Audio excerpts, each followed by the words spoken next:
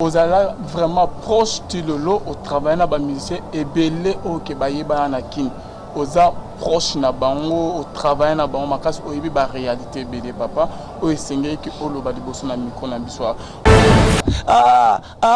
Papa, je te dis te obingai leo na komo regretter pourquoi na pona musala à église hein?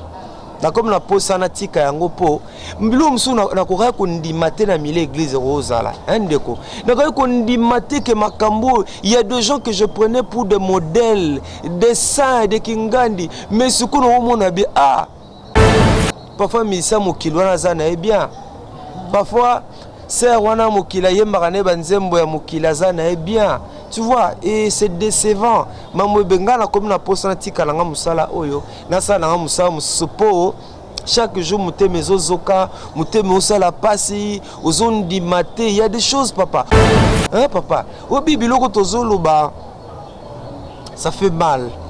Ça fait mal. Mais papa Max, c'est la même gloire que tout le monde n'a pas. Mais pas molanga onction no gloire non. Mais la même gloire, les éloignés et belé musika nanzani. Bato mingi baza préparer la gloire te. Bato mingi baza préparer, tous la préparer na succès te.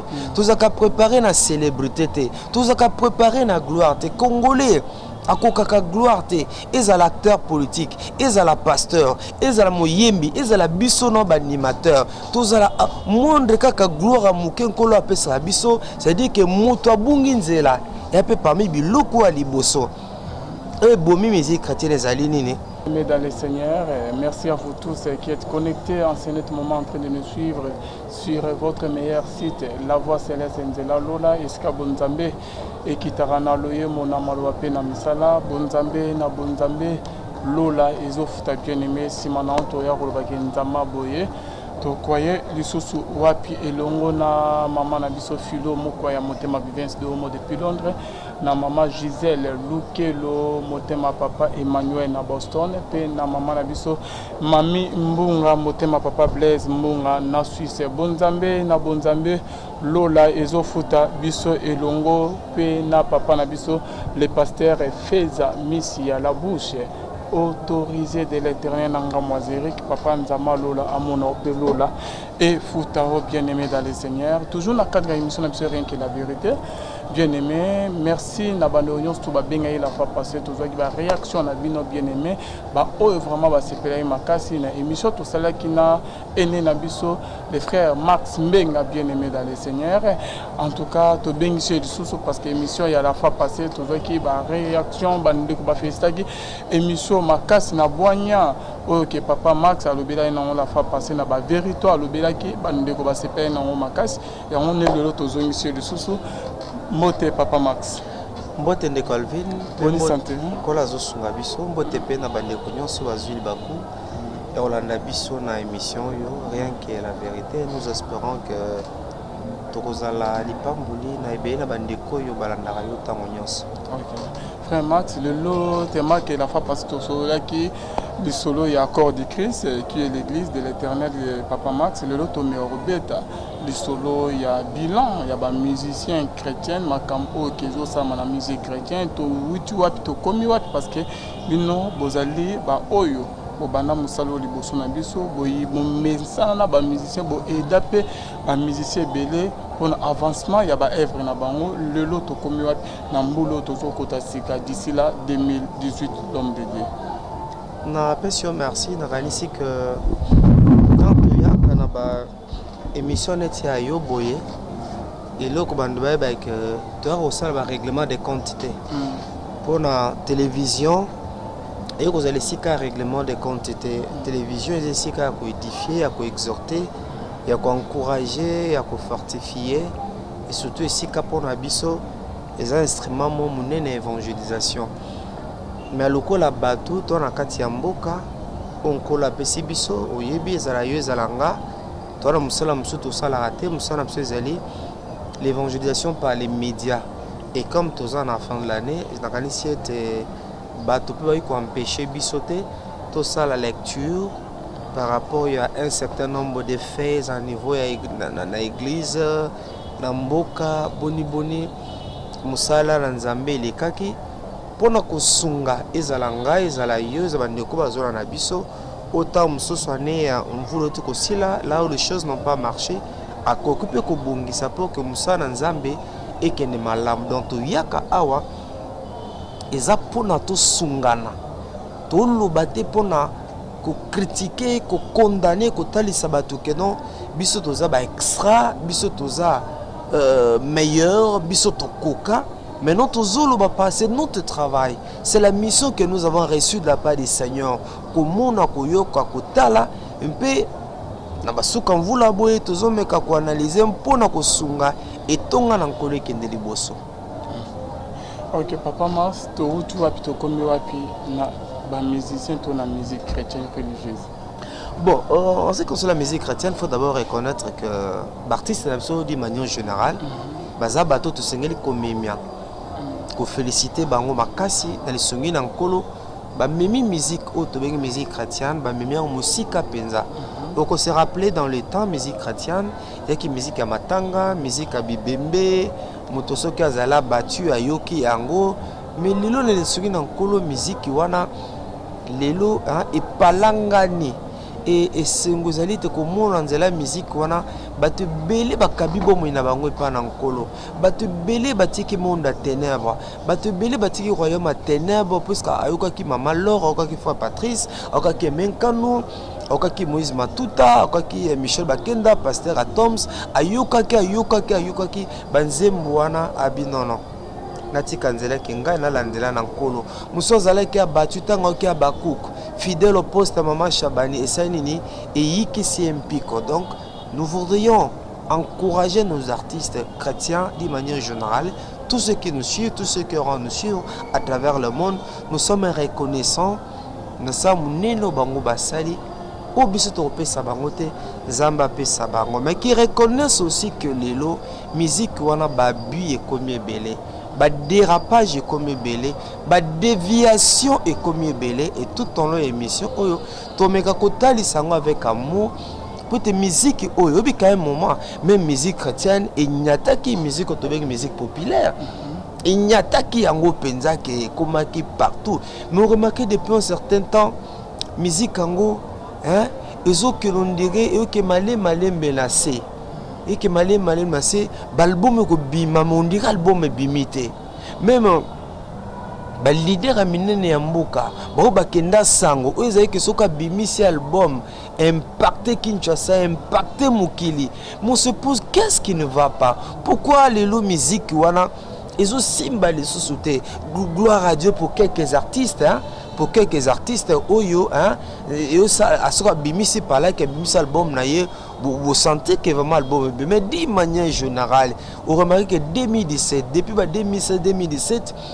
moi bolembu musique wana ça n'emballe plus le genre musique wana et comme la musique nyonso je me suis dit non c'est qu'il y a un problème peut-être que nos artistes ne comprennent pas na émission botika to loba tozo bana passe na motema mais tozo bakaka na posa moko ya kosungana mpoete musana nzambe kende liboso. Papa Max yo oza moko ya bandeko da vraiment ba musique chrétien makasi na niveau promotion na télévision na ba JTC na ba émission na ozala vraiment proche de lolo au travail na ba musicien ebele o ke ba yeba na kin oza proche na bango au travail na bango makasi oyebi ba réalité ebele papa o esengeli ki oloba liboso na micro na biso olobi ke musique na biso komaki na niveau moko comment voir mais que dominer la musique ou bien populaire mais à un moment donné et comme kita cela peut être dû à quoi papa. Ok tandis que la télévision tandis qu'il étape par étape alors parmi les raisons à mon humble avis comme journaliste d'investigation dans le domaine il y a église comme journaliste d'enquête comme analyste chrétien ils ont le liboso que bato mingi baza préparer la gloire te bato mingi baza préparer tozala préparer na succès te tozaka préparer na célébrité te tozaka préparer na gloire te congolais akokaka gloire te ezala acteur politique ezala pasteur ezala moyembi ezala biso no ba animateur tozala monde kaka gloire muke nkolo apesa biso c'est à dire que moto abungi nzela et peu parmi biloko a liboso et bomi musique chrétienne ezali nini gloire bato belé bazaki préparer na gloire te gloire tango yeboye asani à se perdre mutoyo akoli na vie ya passe lokola biso wa mususu boye okoli na vie ya passe koli eza mo passe kolata passe okende classe passe okoli faut zo kaka 207 il faut zo Transam à l'époque il faut zo Itik City Train mais nzamba salongolo biloko ezaki pona yo lokola ndoto. Non, comme en réalité, je dois que ne poto sans problème, rose à costume bien, mutuka, au comme on a beau péter. Toi qui bat en somme bilo qu'on na ballon, mais les locaux comme que ne peut na Peter Can, aux yeux costume à danger, oh ya bien, mbalamoko et bungi si bat belenzela et même en orgueil et même bango na captivement orgueil. Oh yebi. Dieu résiste aux orgueilleux et fait grâce aux humbles. Et l'eau comme sous pézanine. Et Jean-Baptiste, c'est vrai, la Bible dit, c'est l'œuvre de l'Éternel ton Dieu qui te bénira. Et il est encore écrit dans la Bible que tu ne mangeras qu'à la sueur de ton front. Mais tu vas payer que nolo, soyez un artiste. C'est une grâce que j'ai reçue de la part du Seigneur. Je n'ai rien fait de spécial. Il a plu au Seigneur, dans sa souveraineté, dans sa grandeur, dans sa bonté. Aponayo okoma mopandi sango. Aponangana koma mopandi sango. Aponandeko songolo pakala koma akoma mopandi sango. Mais pour certains, c'est-à-dire que la musique chrétienne, vraiment, c'est du licre. Et comme business, et comme affaire, donc, à Osalango pour avoir de l'argent. Et comme le commerce. Mais nous ne disons pas qu'aux hommes de Dieu. Au Bengse Moyembi, à une église, que Dieu vous bénisse. Là, ce n'est pas bon. À un orchestre, Azaina ban, Azaina ko encadré, et ce sont des responsables. Kanisa yepe, Pambola yepe sous ma coquille, Zali, Pambola yepe nanine. Et que sunga tia carburant et que sunga pas ça nini a sunga pe bano azakati na bango. Mais tu sais qu'il y a des artistes au bengi le $5,000 $3,000 et il y a des artistes même que bisonga za muto na ba pasteur belé le bazakolela que non j'ai appelé tel artiste a $5,000 j'ai appelé tel m'a dit $3,000 mususu kutu to yokal même prité na sa nini na bito tikakak. Il y a un autre problème. Artiste dimanche, à au moins 5 rendez-vous, 10 rendez-vous. Tu vois, c'est là où je dis business. Abetia, akoya kilt, akoya kilt kaka na moment ayemba. Sukaka sisi ko yemba, moi 2-3e mois yemba ko sala nini, à 6 000 akei. Et il y a aussi des hommes de Dieu qui se lamentent, qui pleurent par rapport à ces comportements-là. Au bengi sayenon. Aya kobeta na activité na yo, il vient juste au moment où il y a yemba et ce ka yemba sanini ake naye. Tu vois, c'est là nous disons que là est comme business. Donc qu'il te pon abiso bandakana Yesu azali awa tina suka ake. Mais pour certains donc azali kanima misamu bazala ko aya beti na ide ka siko beta yewana sanini ake. Et comportement wana basala nzambe belé. Et je connais même un artiste. Et c'est un gars bête en église, mon pigeon, n'angaliema. Bayokani, voilà, ont intervenu à tel moment. Et qui te sait, banda? Obi, aïe vraiment le col à patron, aïe le col à patron, moment où c'est un cas intervenu, c'est les cas, où est salani. Ayemba te mukolo wana, tu vois, et un peu malin mingi te que aux engagements non aux alliés en dehors ya aux journaliste nazali mwana na nzambe et sengel dimanche na kene keti lokola mutonyo surtout qui te sili amen kola pambola bino na siminzela na zongi ya ndenge mo pe na moyembi et loko mususu pe oyo sali ke lelo musique chrétienne c'est thématique. Ou biso ozuba nzembo lokola ou ba ene na biso ba yemba batangwa kala. Zoba la plupart de nos musiciens lorsqu'ils commençaient les ministères, banzembo ba yemba kana ya lelo, on remarqué il y a une grande différence. Au moment où il y a deux personnes diamétralement opposées, deux personnes n'est-ce pas distinctes. Tanga bandaka musique la première année, deuxième année, na 15e année, na 10e année, na 12e année. Au moment que nous, à deux personnes différentes. Même au taille thématique, c'est la même personne. Qu'est-ce qui fait qu'au moment a l'élo, même musicien qui banzembo, avec une profondeur banzembo, mais banzembo ne comme une terre à terre. C'est aussi tout ça pour la côte du licre. na bimisa album mbangu na sanini nazwa na ngambongo et l'homme se peut ali kambu ya témoignage. Tu sais, la Bible dit une bonne réputation vaut mieux que du bon parfum. Et la version sous lobby la réputation est préférable à des grandes richesses. Donc vous avez un parfum à $1 million. Tout est parfum à $1 million. Mais ce bayebi que Alvin Azala Kuluna. Mais parfum wana o $1 milliard. Tu sais que c'est l'euro. Tant mon malgré parfum na yo, mais le laboratoire. Et certains problèmes peuvent à témoignage. Témoignage moi ba yembi pe mususu on généralise pas hein témoignage na bango za pe susu malonga te belé ba se ba yebi bango makamuna bango de A à Z on atabi mis album ah ça je n'achète pas nga ke na l'église mbala mingi j'ai plaidé pour beaucoup d'artistes. J'ai plaidé pour net sangomala le 31 décembre. Il y a des artistes qui sont babenga batete boyo non ya te ye kuna bongo ba pasteur ba bimisi ba raison na bango. Malgré biso non azali mutu ça peut arriver il y a des artistes yo neti sango malamu abeng sakali susute même à prière premier dimanche premier dimanche à rencontre bana notre père sango malamu abenga bango so pona nini à cause d'un certain nombre il y a ba fait il y a ba comportement o yebani tamu biloko sanini malé mbani ko bebisa musique chrétienne et loko mususu ezali nini et loko ezali pe ya koyeba kolia na baninga kokabola na baninga bandeko balimbisanga moi égoïsme ezape makasi lo na musique chrétienne non ba quand la fois passée c'est vrai nzamba robenga yo mais il y a un principe pour ngazanango béni pour bénir sauver pour sauver délivrer pour délivrer guérir pour guérir so nzamba pambulinga. C'est pour que nous avons la bénédiction pour la ville, nous avons la bénédiction pour la bateau mususu. Même au kilo le bakabo lié kapé na baninga. Mais on sait la constat lelo d'une manière générale. Na musique na biso. N'habite s'il y a des artistes qui vont me contredire. Je artiste songo pakala rozalate. Je sers wana rozalate, faire wana rozalate, bo qu'est-ce wana rokufa.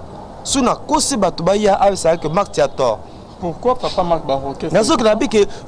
La plupart il y a des dirigeants qui chrétiens parce que bango nyonso jour ba rozalate bokestre na bango rozalate bokestre na bango ko disparaître bokestre na bango et ko kufa na pe ce exemple lolo Marie Misamo azate pour ne citer que le cas de Marie Misamo. Est-ce que ce mon orchestre Marie Misamo impacte ça? Hein? Marie Misamo le azate azaki pe leader ou que sous orchestre na ye. Tu sais pourquoi?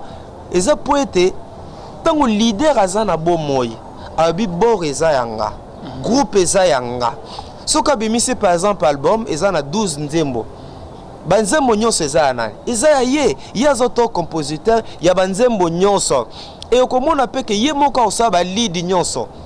Ye mo azaka meneur azako mener na banzembo nyonso et Baptiste basala kanini za cœur kapona ko yamba dis-moi et muto akolata danger na clip ezanani ezaka ye moko leader ba na bazo mo veste ba chinois et ba $25 et ba $30 bazo mo veste ba chinois so bilamba ba flair bazo bango na gambela balati sinani ba yembi moko a changer veste ata 23 fois yemoko tu vois c'est ça le problème il y a leadership personnifié et roboma musique chrétienne et aux même le niveau il y a ba pasteur un bon leader nganazo kamba journal télévisé chrétien mais je t'informe que je sois là au pas juger c'est Rosala pour nani j'ai appris ya ko partager na baninga ya ko lakisa bango musala ya ko pesa bango pe ba responsabilité ya ko poser ba voix ya ko sala ba reportage et parfois non ah c'est bongi ça boye mais il faudrait que nos artistes bon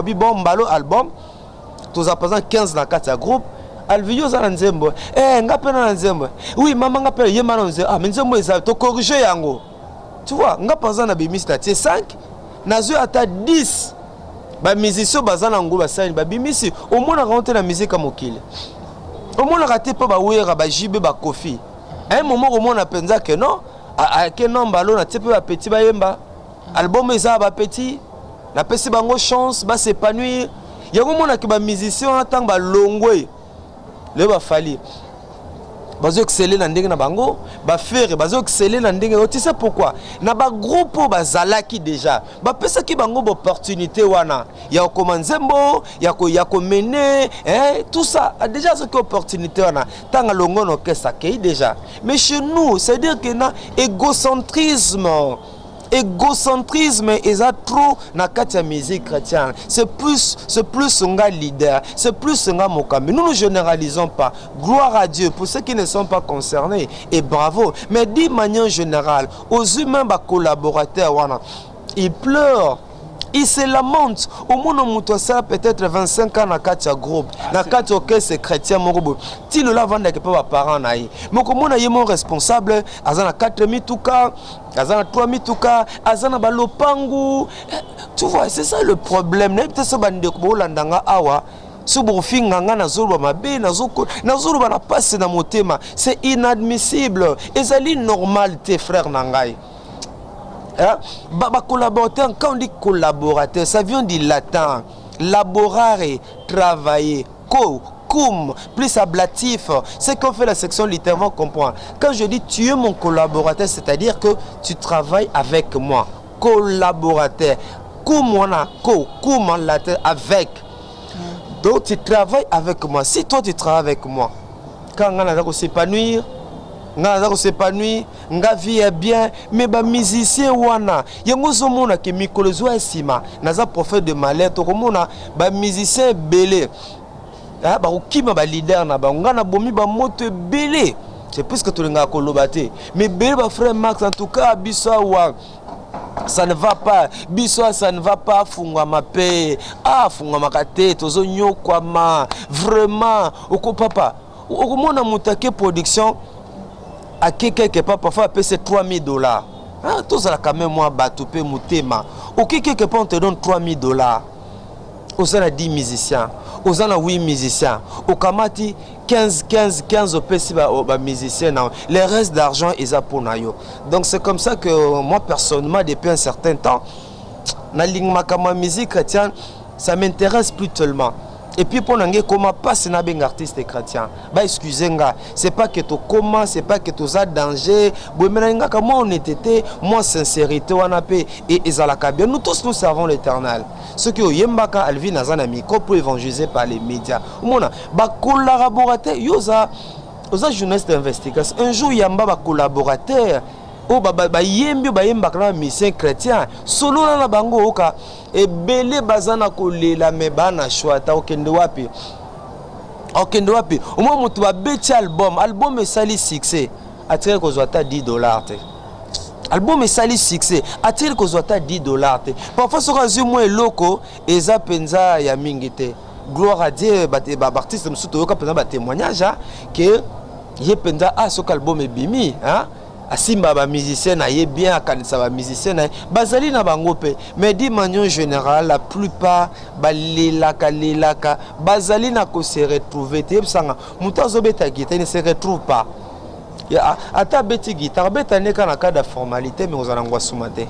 Mais papa Max, merci beaucoup na Oignon Sto lobby. Mais pourquoi papa OK confusion dans le monde je l'ai trouvé dans l'église dans l'église je l'ai trouvé dans le monde papa confusion totale papa so total nanga musu OK ya ba musicien que tout le monde a raqué bazana nzambe te ba musicien profane papa ozo mona que ba musicien OK ba travailler bon quand même que bazo tamo bazali véhiculer ata ya malonga datem que apparemment ozo mona que bazo se retrouver parce que na ba voyage belo mona que bazo me ba onyo sona poto bona bo papa mais et pas na biso pourquoi ba musicien chrétien moko na banko ta betela kinga du solo non côté biso to travail to longo na biso to kenaki na président na biso na Rwanda ba pesa ki ni na $5000 na retour to zonya zo pesa biso ba $10 na azui $5000 on dirait que nzambe ba longola ba musicien chrétien musisa ya mawa pourquoi papa motema est-ce que lilobo que batangaka était ya bango te papa. C'est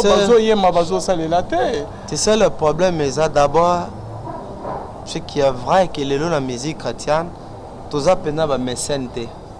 Comparativement à la musique, on écoute par exemple prêtre na bango, oyo, ba soutenir un ministère na bango, na ba voyage, mais la musique chrétienne pendant les lois, yebsanga maison production autotika na on a Kinshasa production en vrai sens du mot ils ont sous-sauté et ba mo artiste créateur comment ça l'autoproduction lilo yemo quoi ti bambongo na ye à ça l'autoproduction tout ça c'est ce que nous vivons aujourd'hui des appels difficultés munene où ils en ngambo ya musique chrétienne tous en abatouté au baza ko investir na domaine wana ya évangélisation par la chanson na kati ya mboka na biso atako bongo ndeko nanga bokele lo voyage bozu $5,000 papa opesi na bayembi na yo $10 papa yebisanga ngaza na centre de santé na peso exemple na na centre de santé na komo nango only God kala mwa muke tozwa ba $10 ba $20 tozwaka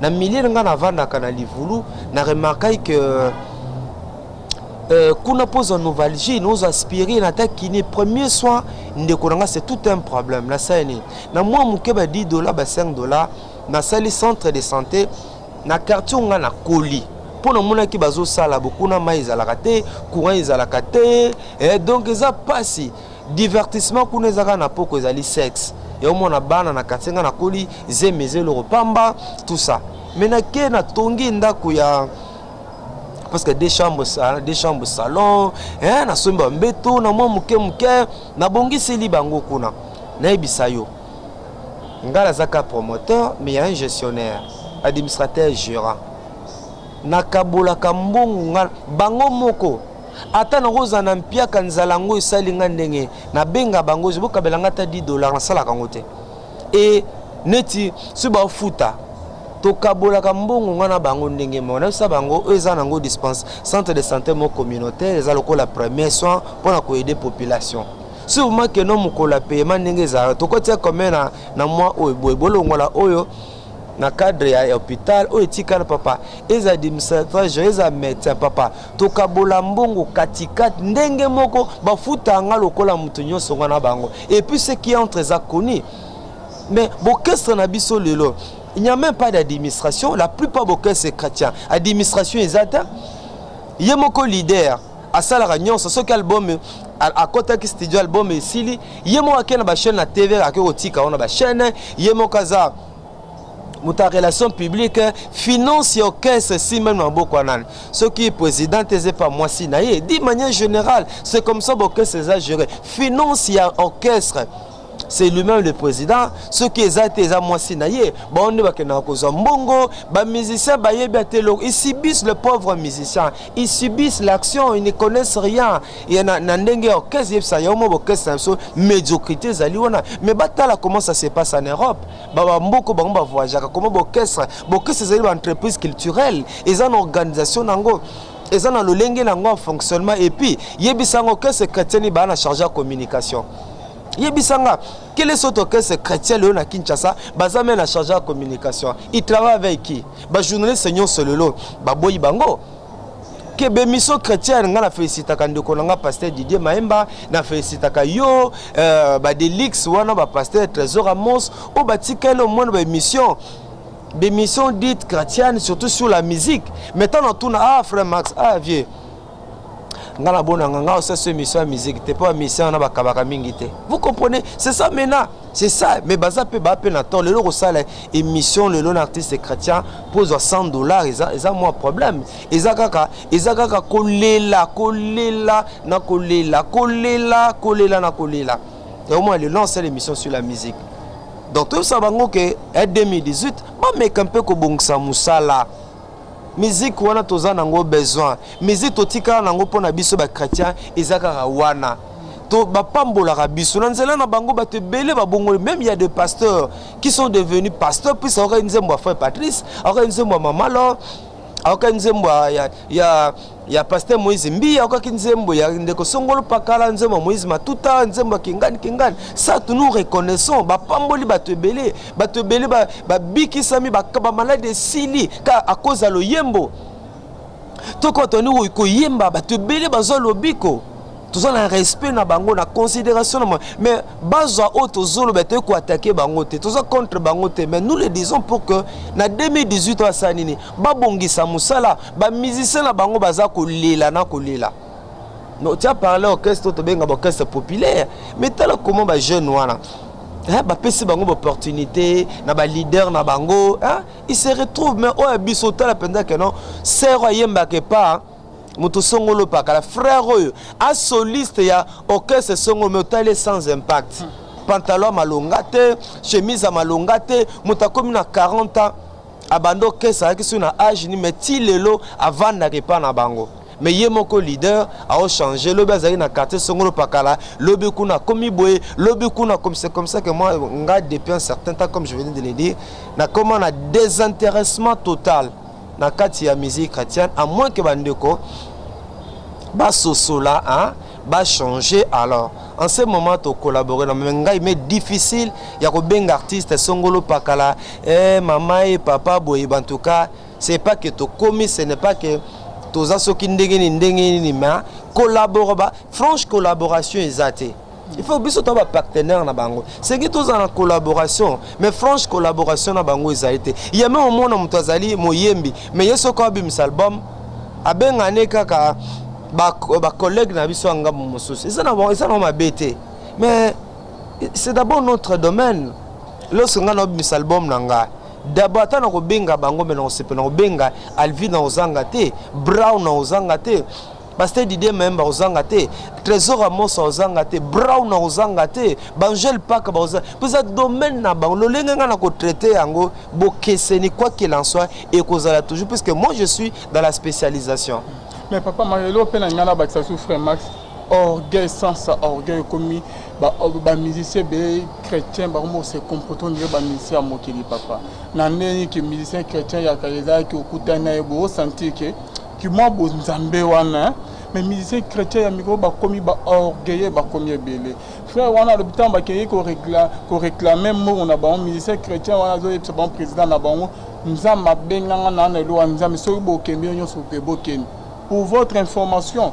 Na groupe wana ba musicien nyons tout ba ke na musicien wana lobi nga na milongo libino botika na groupe ake azu ba musicien mususu tozo retrouver peu orgueil makas na ba musicien chrétien papa Max azo comprendre ezanine au juste na habite so yo so remarque mais de ma part na sina monion mais libosa caméra ba robiwa ba centre moko to ta kokutana na dernièrement azo sili ke la ba musicien na nga papa aussi des caractères beauté bon na bo abengani mambo bima bokeni to check caméra to banye mission bo elonge changer ki bo centre malamu ezongi pourquoi hypocrisie ya boye pourquoi orgueil ya boye par c'est que vie tous un monde de complémentarité.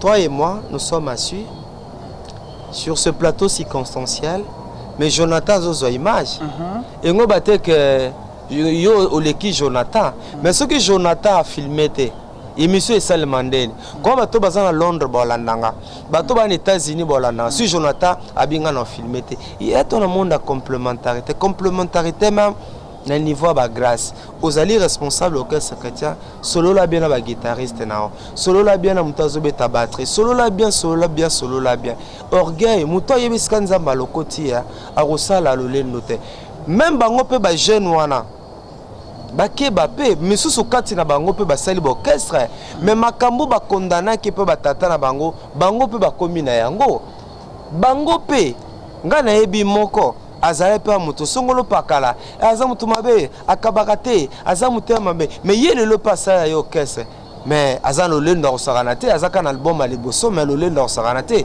et puis belé ba mara téléphone te tato benga bang papa to benga rapona kosenga te les gens pensent que obenga eposenga ngai eza difficile na bengo na sike que soit nzala na ngai est difficile pour na benga moto lukela $10 lukela $20 na mobola te tu osarana te to benga tamso na besoin d'information mo repa na yo tamso pe na kebisa on eloko moko na yo kaki tamso pe na tuna yo le kambomo par rapport à musala balonga na mituna ba to benga bango pona ko senga to boybuwe to za penza atako ya solo tous un matériellement financièrement tous un niveau na bango te menzambe pe na mawana e ya kolia pi mela bisote ya kolata mwa muke pi mela bisote na manazo sunga biso ma tous na monde ya complémentarité abimisa album ngala pandisango ngala pandisango musana e dans un complémentarité mais na osenga bango que ba mbaka téléphone baza pe na respect à l'égard ya bato média C'est très important. Puisque lelo yebisanga mutoni abimisa album alba le kana télé te. Mutoni abimisa album na lelo alobi kana ngana besoin médiaté ngai. Ba yebani puisque biso to sungi bango to lobeli album na bango. Tosali makelele tosali neti moko na ipaza neti moko na ebi moko d'ailleurs tanga zo na début wana na début ya carrière na ye babenganga ndeko Max petit na o na ya qu'est-ce qui yanga na organiser les point de presse tosala ngo epa Gigi Munongo na limité nga na organiser point de presse na benga po na benga baninga nyonso mais leki wana lo amba sous téléphone ta leki wana yamba téléphone te et puis na mikoleki na salele même musala moko na salele musala ya 1 mois et ça l'état 3 ans 4 ans 1 mois ou 2 mois na salele musala ya ko annoncer concert moi zara nango to kana pesa nga sur 550 $, mais ti lelo afutanga te $0 hein? Mais non, tant à comboler la médiaté, la télévision, c'est un peu artiste à mener le Penzamba Pambolier. Vous comprenez? Il y a des choses que tout le monde a tout beau, le TVA, pour na bateau, baza, spirituellement, bah, ma cassité, kundi ma bango aussi la ma sengeli ke bango babungisa. Mais comme ça, on a quel point de presse? Ba bengi ba agence. Papa, on va donner à l'agence 300. JTC, je suis allé présenter l'examen avec la session Naïna. JTC va payer $170. Vous comprenez un peu? Hein? Va payer l'agence 300. Journal télévisé chrétien JTC va payer bango $20, $70. Ah maman, pas de monter à ma bébé. Donc bien organisé que batouana, l'équipe sont en valeur. Oh to sala musa biso kutu emso mona taboza na mbongo te mais to sala bino musa mais quand il y a quelque chose pourquoi vous nous sous-estimez? Na mona te que Alvin andimite aux inférieurs par rapport à ndeko wana. Na mona tant quoi Didier Maemba az inférieur to Apo to Emile RTP Brown bazana se bandeko na biso te. Mais komona akoya na émission na yo. Que Dieu vous bénisse. Mais ceux qui ailleurs et pas vos voisins, là ils donnent de l'argent, on peut ça $200 facilement, on peut ça $300 facilement, mais pas et pas na yo, pas et pas nanga. Et oui, bilo quand tous ces éléments réunis, bateau comme na bango, babaya na bango ma musique chrétienne. Bande bazo la nabiso par de partout, bazo la nabiso tozana frère Max, to comme okuma, na suka ya émission na rien que la vérité, na ba o ezala que ceux qui nzama tombo liyo. Comment peut-être que pas bande musu ba chroniqueur musu ya musique chrétienne oninga ko yambate là italionais nzambe apambola ondenge pe azo pambola biso bien aimé dans le Seigneur na ba o ezako na les sous émission ya ba chroniqueur chrétien te ba na ba question moko na comprendre bango te papa Max ah yo na musicien chrétien de pour le ba ki okola na émission na ngate. Je crois bien que naie bien autre be bando baïbe aux la succès na yo ozo kendi boso mikolo tout le monde bazo le belao o le ba que non o kolera na émission na ngate tiko dépôt le ba ko kolera na émission na ngate est-ce que lolo ni ne change lolo émission ya Alvin le ba maraté et la na maraté bande babeta du soleil à la voix céleste babeta du soleil à émission Alvin te papa le ba ne peut-être que celui que o lobi que o kolega te que nzamba longo côté na ande mabe vous voyez. Ce qui est très important, bisognon tout aux autres c'est l'anzami. Tant que ma fout à yanzami zana likola frère Max, atabo lobby bokei, JTC la namaka. Tant que ma fout est là toujours likola na biso. Ato boy na kolera na émission parce que na tika robengo jamais, ceux qui ont mozu courage à robenga nga été. Ça non succès non ozo mona nzambe pe azo sunga biso lo les autres foot parce que zana nzambe toujours évoluer normal. Ba émission na ilana attaque musicien chrétien au légité. Quand né na simi micro na lobby ngai moto na ya mi frère Max. Et que la nama plus que les émissions qui fallait na yama en tout cas les risques aux la biso bongola motema succès aux anango ba misus pe que bazala nango papa donc mikolo ezayo félicitations non parce que c'est partout bazo le belayo aux ana top premier musicien chrétien aux ana tam mikolo ezayo quoi nzama lola amono pasteur aussi que aux la biso to bo autant comme mais papa Max et là on a ninga posé question pe na yeba. Pourquoi différence ezali entre une question musicien chrétien avant élévation na après élévation de ceux qui nous ont tombolier changement total. C'est comme si les artistes et musiciens chrétiens ne savent pas gérer leur élévation. Gérer l'élévation là-bas. Pourquoi changement? Je l'ai dit au début de cette émission, Zali, nous n'avons pas été préparés à la gloire, à la célébrité. Nous avons collé dans les voulous, nous avons côté assez à Maï, biso to kolozolia fufuna nguba. Fufuna mafuta, tu vois, tu as vu aucune classe dans l'université, tu as la gomme, tu as la gens à payer. Ce qui m'a aussi que non, qui préparer, tu as un Nzambe à Matissio. Au bout c'est ça les grands problèmes. Moi, dans Nzambe à Solazali, quel que soit le degré d'élévation, à la humble, pour dire que non, nous sommes pas dans Nzambe. Et ça ma casse na été et aux l'occasion ta comme l'olene d'ailleurs moi Nzamba sola lia kanabato akabola kanabaninga aibiko c'est le but que non leader orchestre azande mona soliste toi azande mona bassiste mais quand même batuana pe papa ba travailler na yo tongo midi pourquoi na studio na ba concert metala écart ya vie yo mon kaka l'orchestre mutana mutuka na 15 ans bosali l'orchestre na 20 ans bosali l'orchestre ka président mutazala l'orchestre yebi azana mutuka est-ce que c'est normal l'orchestre chrétien bosali 15 ans 20 ans 10 ans autant d'années mutazala na mutuka ezaka yo leader et puis on change à mito il n'y a que toi mutazana lopango ezaka yo est-ce que c'est normal ba ketch ezali aw un peu de volonté ba mise ba rose pe ba ketch papa un peu de volonté ba mise ba rose pe na ba ketch boza pe na ba relation papa 20 ans 15 ans mutazala véhiculer un orchestre ezaka leader est-ce que papa mutu kezani pour la musicien sali 15 ans ah sali autant d'années quoi encourager bango net fin de l'année boy quoi encourager bango papa ça coûte quoi papa au bibilo ko tozolo ba ça fait mal. Ça fait mal. Mais papa Max, est-ce la même gloire que tout le monde n'a pas mais pas molanga onction no gloire non mais la même gloire est éloignée et belé musika nanzani.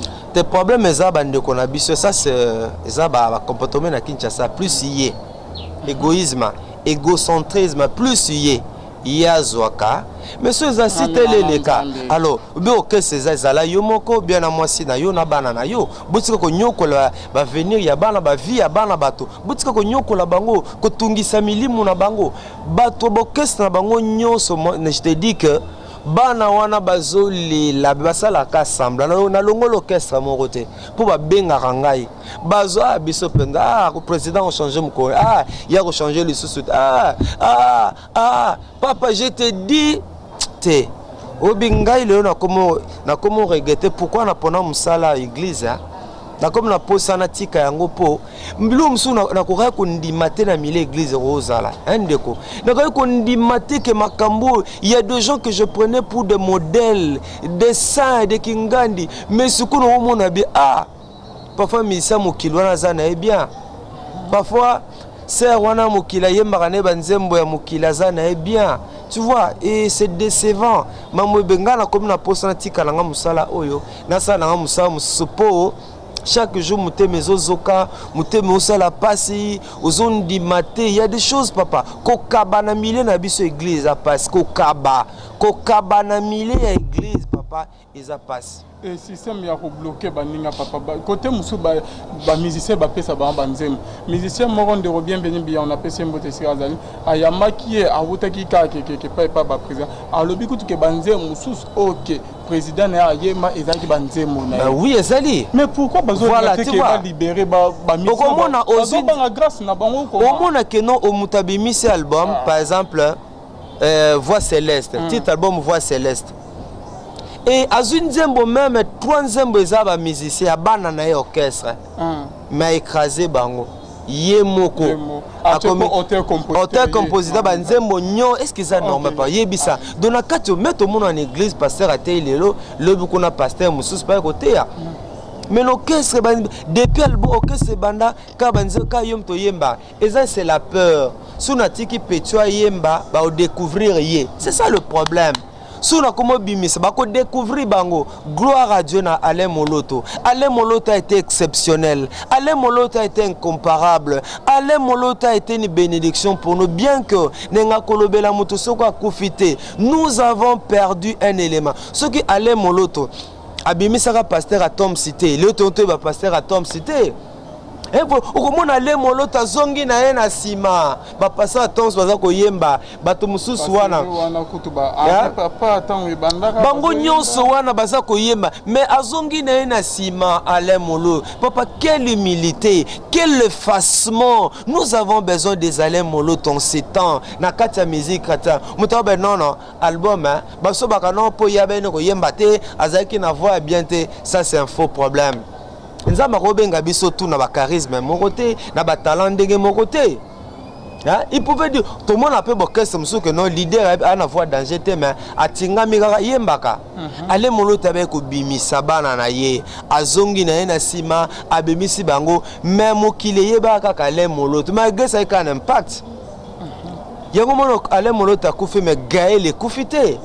Gaël est koufité, groupe adorant l'éternel est koufité. Ils ont pour nini des sons vivants. Des sons vivants avec la leadership structurel, avec au kabolatage, avec au kabolatribution. Mais nous avons un leader orchestre, président orchestre, osa CCC côté. Keba okota na libulu na orchestre na yo, barokunda na orchestre na tous ces groupes là, je ne vais pas citer le nom. Le jour où leader à Koufi, orchestre et Koufi. Yes, orchestre et Koufi. Mais ce qui est leader, Azana Bomo, bon, Jonathan, album yo mené. Papa, o me capable, au moins que, on appelle concert Moussou Bobi bon. Ngale no kenete bon, Alvin, si mama solo. O bimisaka Alvin a mis sur bateau, ozo bimisaka Alvin, bateau mesalanga na Alvin. Est-ce que ça peut se faire? Il y a un moment où on a concert, il y a un leader à Liboso. Vous en avez bien la même ligne. Vous avez la même ligne, toi, Bananzambe. Vous avez autre quand tu dis, il faut que tu Liboso. So Liboso, on a Simoye Mbate. Oh, gay. Mam tozoluba awa. Subat bazongo na mutema na bango mobimba. Bayiba ke babate ba ngata lonzamba benga jite se kufata. Nani sengo jite se kufata pour nani? Pour na kangi JTC bien privé à Maxité. Des mots vivants. Ba petit babine to sala musala. Ba yebi ba numéro ba pasteur. Ba yebi na tinda bango. Parfois on samso na kete na tindi poni. Ba mesala déjà na ba pasteur. OK. Papa Max, pasteur mo abetele kinga liso concernant de Gomoko, il y a musicien. Après ce qui est bon à cacher, à exiger mon nom parce qu'il faut que ça bouge. Comme toujours, il y a séminaire à Robert, un musicien, il faut voyager, il a voyager. Après ces explications, mais à Zoing, ici, mon modèle, le passage de l'amour et Tigala Roson. D'ailleurs, pour ce problème-là, si nous avons un combo de musiciens, parce que la plupart de nos musiciens vont se retrouver. Ils sont concernés, ils sont concernés. Si nous avons des artistes, des pasteurs, la plupart vont se retrouver dans ces lots-là. Oh, non concernés, beaucoup de pasteurs me disent, mais regarde, sœur Nabino, on a topé c'est un bon ayate. Frère Nabi Azambo, on a biso. Aya peut rebeta concerté. Nga mona pasteur moi zolé la namai na miso. Akenon peut ça non, c'est dit makambo. Surtout tout temps ba combo. Et cause la scandale, cause la ridicule, papa. Et bela ba pasteur ba lelaka, ba pesa ba mbongo na bango pa ba musicien, mais aya ko beta concerté. Aya ko beta concerté ti le lopé mbongo wana, tu vois. Non, non, c'est l'escroquerie, c'est ça le terme. C'est la méchanceté. Et le dossier est belé baza concerne. Mais tout le temps, comment on a bangoté. Comment profiter de la version que celui qui travaille mange à l'hôtel. Celui qui travaille à l'hôtel mange à l'hôtel, l'homme de Dieu. Mais comment profiter, on dirait la version, on a exiger, boyo kanabo, non, avant il y a un conseil, faut billet, chambre, bon, na sorte que na voyage tout, bazo exiger, yo mutozan na kin, que no beta conseil, sorte que répétition séminaire, ya oye managi, bazo exiger cacher mon boy, donc bazo exagérer, papa mas. Ensuite, faut en avoir instrument nanga, il faut en avoir il faut zona instrument nanga aux yango, il faut boyer. Il y a beaucoup de stratégies tobi que eza début de l'année. Début de l'année, batuba bongi sakaka. Kevin. Berba kamuta makamto monde. Ba pasteur bazoli la ba benga kabiso, a benga artiste ko benga beaucoup de conditions. Ya una sepelaka. Non, ya obi mkomo ba bandeko kunda ba marka nga makasia. Et il y a un colonel Moko Azali pasteur, Azali médecin, colonel Martin Mizana. Il y a une ordination dans bango, l'église de la Trinité, pas pasteur Masoko, alors j'ai appelé Bakunda. Bamsou peut bazana bango belé, na mona même makambo pande Komatou Samuel, na viva yangope, na mona babenga que nos bêta, abika pasteur Kanisa Biso, et à comment même avant activité, Bakunda, pasteur Abisi bango Bakunda. Ordination na Biso, na so na mbongo te na dépenser nyonso, mais ba au bénir Biso. Parce que si bango pour nous être sincère envers vous, je n'ai que $100. Tu sais bakunda que non bêta. Et ça a mis il y a 2 semaines. Parce que après ça bango $100 ngam na modéra façon ba bêta musique mais je te dis $100 américains. Tara bakunda $100. Pasteur la colonel, si bango je vous aime beaucoup mais mais na okanisa bino en retard, je peux vous donner plus que ça. Et belé bango zoba 3000 5000. Ce qui peut pasteur, azana makokel nga pambola bana na ye, ezana mabete. Muto azama. On peut se même à bon, même 20 000, même 50 000. Il façon pour contribuer à l'avancement musala. Mais ils là puisque papa, qu'avons-nous reçu de nous-mêmes? Qu'avons-nous papa? Tout ce que nous avons, tous on pas dans colo. Ne soyons pas trop exigeants. Là qui n'est pas pasteur, vraiment talika a ok likambouté. Monsieur Potala que non pasteur vraiment za mbongote. Est-ce que max je qui $10 mon fils si tu peux m'aider. Dans $10 moi journal élément les qui na 6 chaînes à télé na rediffusion. Puisque nous sommes tous en côté patata. Si vraiment tous ko évangéliser, tous ces artistes en 2018. Bon mais quand revoir mamba caché. Si vous continuez vous remarquer que Mikolo et ba pasteur belé ba comme na bango que c'est église hein.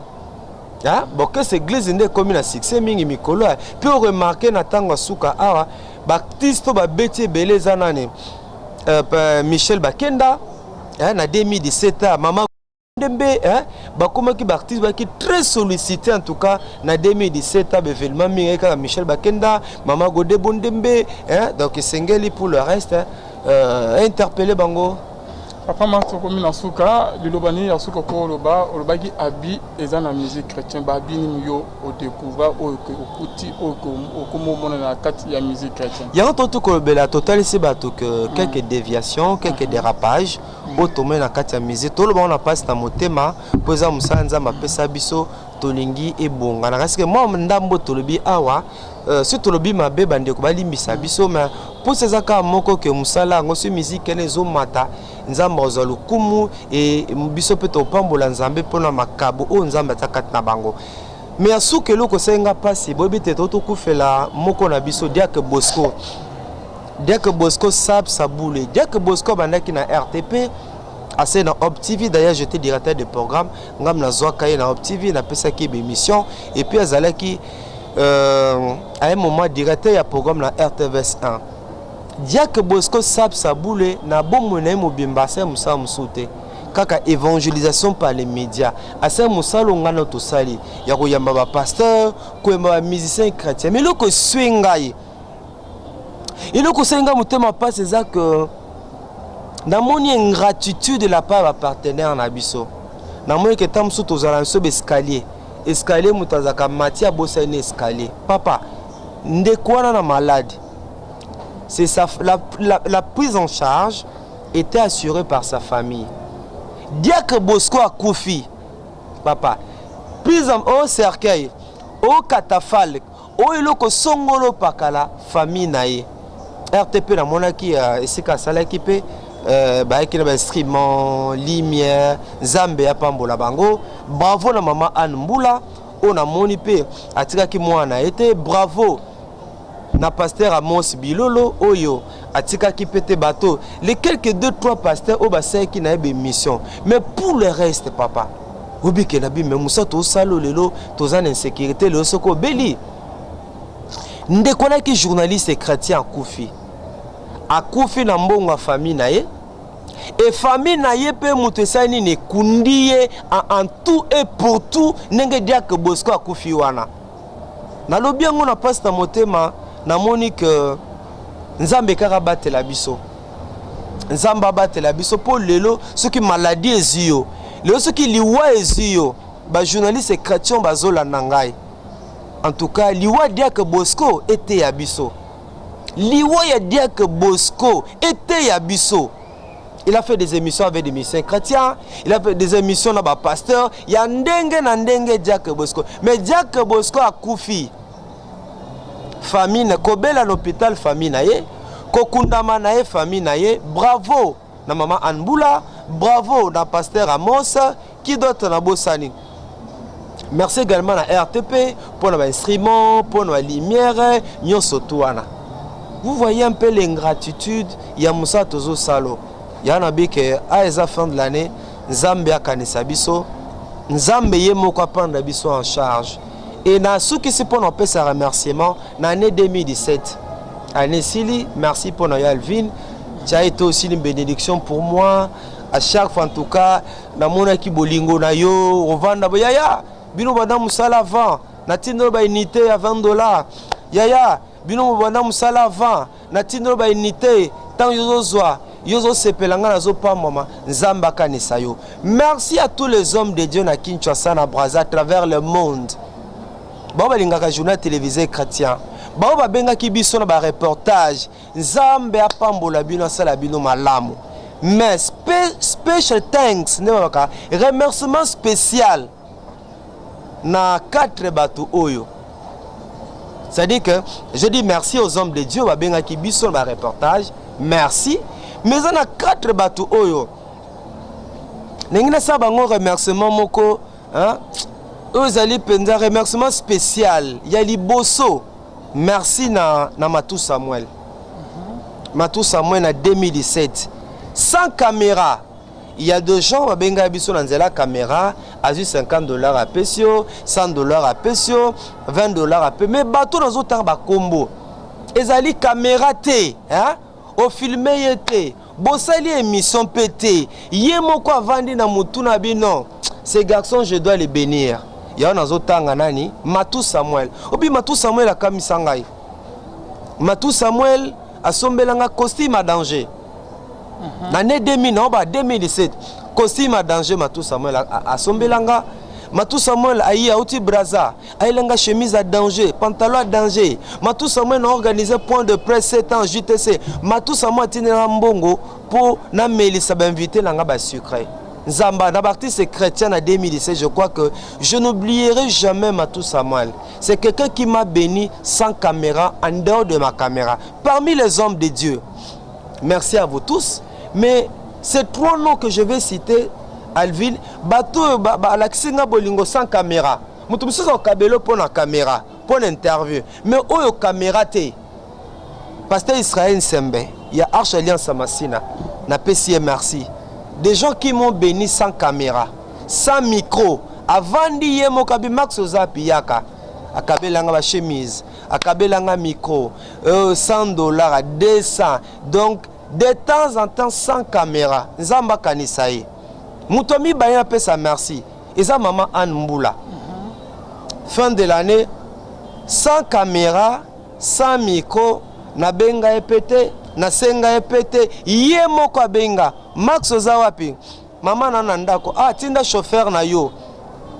Comme les bonne année, a ozela au carton soso, a ozela pe sac à loso. Max Osala Musala munene pour na église. Bison de senge top. Obike likelangai. D'elle-même bato ba Rolanda besa maman na merci na ba pasteur na ba maman nyake maman Anmbula na ba etikale mena mutami balé eza prophète Gary Kenge na PCP merci sans caméra tant na sisa classe akabelenga $60 abi mela koka na baninga na yo na bi sans caméra na sengate muta suka parmi ba pasteur eza pasteur Roger Botomba jour à Noël, yé moko na volonté na yé sans caméra bi frère Max au salamingi pour na biso na moni mbula mobima comment tu nous as soutenu aux tata bana na $50 moko wa ozwa osombata saki ya loso olia na famille. Voilà les 4 batois na bandeli. Maman Anne Mbula, Ndeko Matou Samuel, prophète Gary Kenge, pasteur Israël Sembe. Bato bapambolanga sans caméra. 4 noms. Nabinini 4 noms. Donc on a bossé na raté. Hein, c'est difficile na bossana. Donc voilà en tout cas. Merci beaucoup. Papa Max, on a peine à profiter, on a remercié.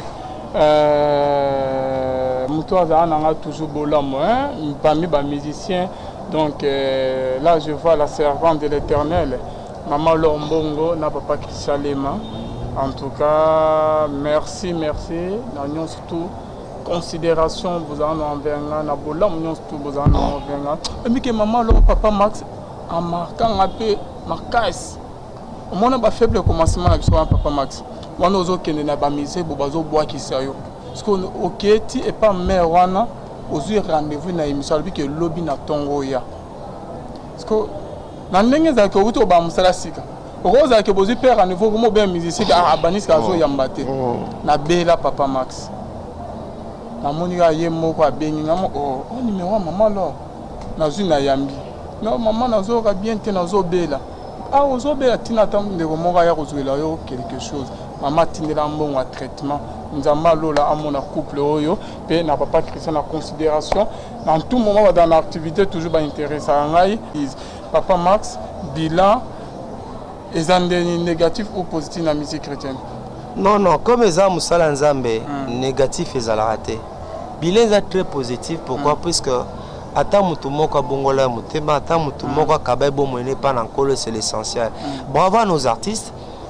Bazo Bunda, ba travailler dans des conditions difficiles, bas studio ya malongé ezate, pas de sponsors, pas de partenaires, mais Bazo Bunda na organisé la fin de l'année, nous les encourageons mais ba tenir compte ya ba observation to sali awa pour que musa na biso kende liboso. Attends, il y a papa il est bien, il y a papa ou avec un confrère na biso son nom m'échappe. Diak Bosco. Yango na to ba Diak Bosco akufa to kunda ya na bi que bravo na famille na e, vous avez prise en charge totale. Na niveau église en tout cas to moni penza bolingote et pas na biso ay moko na biso journaliste chrétien lokola ngana yo na kunda mto bake 99% za famille na.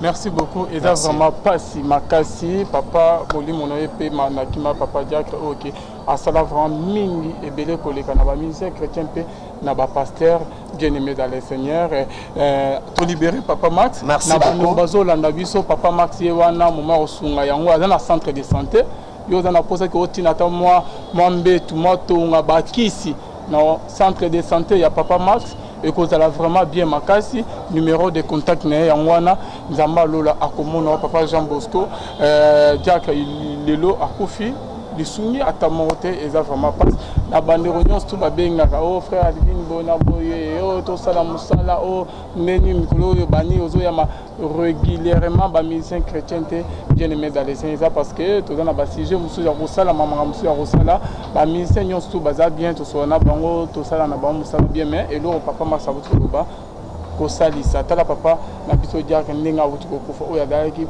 journaliste ba musicien chrétien qui a travaillé à l'émission bien à pasteur na bani soutien mon côté tant aux vivants aux heures ça na musala oh que Dieu te bénisse c'est un musala na kolo musala ya nzambe monto akomi robela abengio oh que Dieu te guérisse papa to prier le yo ata mon akis ezate monto akufia wote okufa soutien attaque oh morgue oh libulu oh matanga rien mon côté après ya koyela ngato sana émission que Dieu te bénisse